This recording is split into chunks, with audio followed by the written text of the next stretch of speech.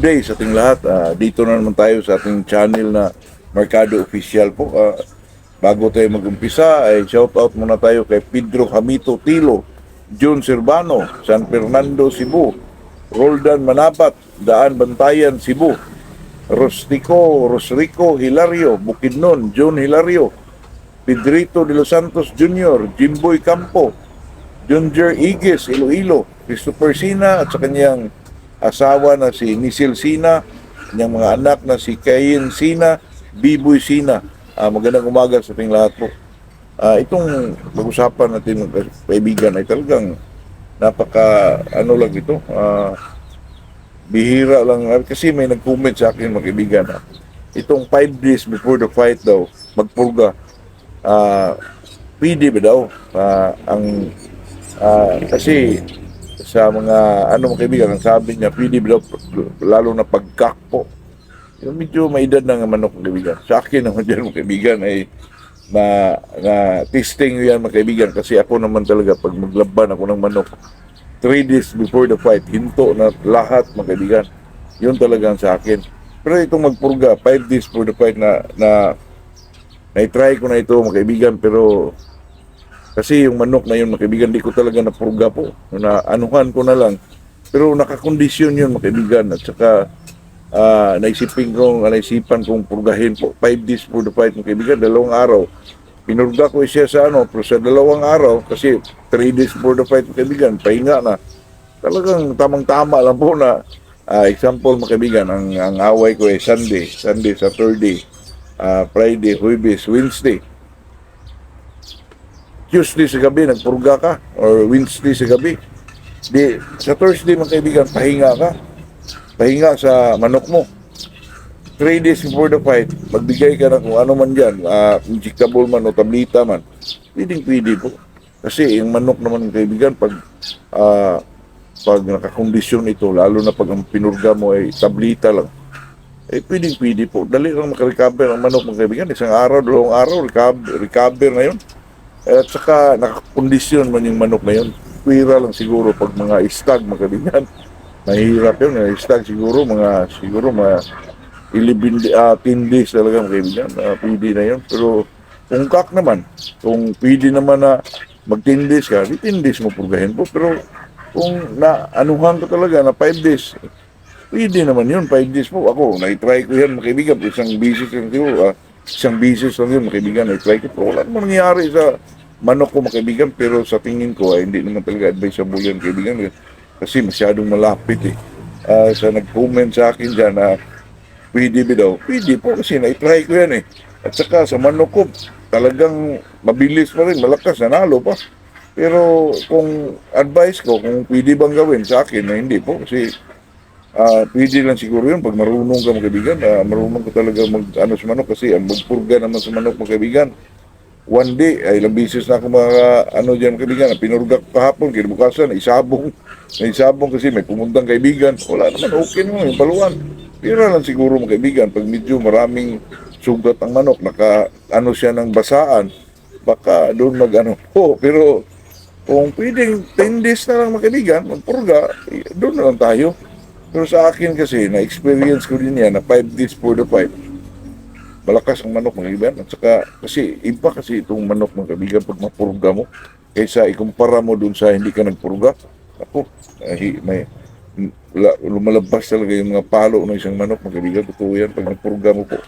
Kaya sa akin dyan, hindi ko i-advise na gawin yan. Pero, na-experience ko dyan, mga kaibigan, na 5 days for the fight ay purga ko yung manok ko po.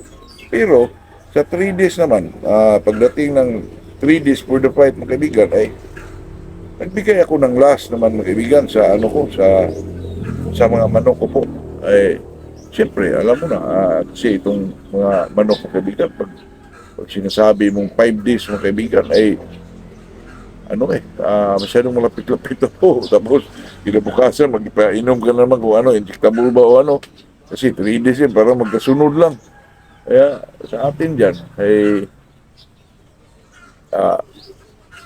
depende na lang sa inyo yan, mga kaibigan. Pero sa akin, di ako mag-advise na gawin. Kasi medyo parang malapit naman. Kasi itong magpurga kasi mga kaibigan, depende lang din yun sa manok. kung makaya ba sa isang manok po. Pero siguro kung mga hatches mga kaibigan, kailangan kayang-kaya dalhin po yan. Yung ako, inilaban ko mga kaibigan, na pinurga ko ng 5 days for the fight, ay ano yun, may sisuhin na manok lang, pero kayang-kaya siya mga kaibigan eh. Nakita ko, pero sa akin, hindi ko i-advise yan na gawin niyo po kasi alam niyo na, pira yung pinag-usapan dyan mga kaibigan. Doon na lang tayo sa 10 days for the fight mga kaibigan, magpurga po kasi para maiwasan natin yung ano po, yung tinatawag nilang pagsisi ba mga kaibigan or magsisi ka ng ibang tao. Mahirap naman yun. Ako naman kaibigan, kahit anong mga nakita ko dyan sa mga social media, ay talagang timbangin ko yan kung pwede ba talaga yung pinapakita nila. Pero sa atin dito mga kaibigan, yung experience natin, yun lang naman talagang sinasabi natin po ba, para naman hindi tayo makakaano sa mga kababayan natin na umaasa sa yung sinasabi po. Ito sa atin dito mga kaibigan, totoo lang kasi mahirap na po. Alam nyo na, pag tayo sa bungiro, lalo na pag baguhan ka, gusto mong mag-eksperimento, wag na lang kasi mahirap kitain yung pira ngayon mga kaibigan. Okay lang yung matalo ka basta nasa eksaktong, hindi naman talaga eksakto, nasa ano ka, nasa tamang pamamaraan na ginamit mo sa iyong mga manok sa pagkondisyon po para naman walang masisi, di mo sisihin yung sarili mo, di mo sisihin yung ibang tao. Katulad yan mga kaibigan, nung magtapad ng manok, maraming mga kaibigan mo sa likuran, di ba? Marami tayong kasama, tapos sabihin na, okay na yan, ang liit sabihin mga kaibigan na, maliit daw, sige, okay na, kasahan mo na.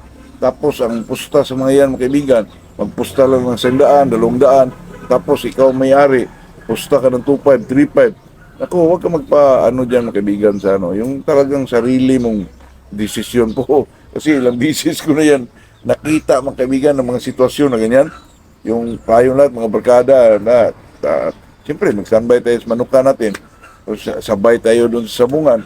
Tapos magtapad ng mga kaibigan, yan, pwede na yan, pero alanganin pala sa ano, ikaw talaga ang masunod po kasi pagdating yan, pag uwi mo, may masisi ka pa, makabitaw ka pa ng salita. Kaya yung mga ganyan, pag manok mo, ikaw talaga magdesisyon po. Kaya yun lang po, yun. Ang pareho lang yun sa mga ganyan, kaibigan, na yung magpurga tayo, katulad ng ganyan, experience ko yan, pero baka nagkataon lang yun na walang nangyari sa manok ko, pero sa advice ko dyan, hindi talaga advisable yung gawin kasi masyadong malapit lang po. 10 days na lang para medyo safe yung manok natin kahit anong mangyari dyan. Desisyon natin yan na 10 days. Wala tayong masising iba po. Kaya yun lang po mga kaibigan. Ito'y talagang usapang magmamanok lang. Sa atin naman ay sabihin natin yung mga experience ng mga kaibigan na mga kaibigan din natin na isa din yan sa mga pero enjoy kayo mga kaibigan. Hindi naman tayo nagano sa mga kaibigan. Kaya mga kaibigan talagang nandyan lang yan sa pagilid-gilid mo. Pero bantay ka kasi mawala lang bigla sa doon pala sa kabila mga kaibigan. Yun lang mga kaibigan. Kaya itong usapang magmamanok ay talagang ma-enjoy tayo habang buhay natin itong tangkilikin na bilang isang natin mga kaibigan, bilang isang sports natin o libangan natin po, pangtanggal stress, pang-stress, yun lahat na po. Good morning sa ating lahat po.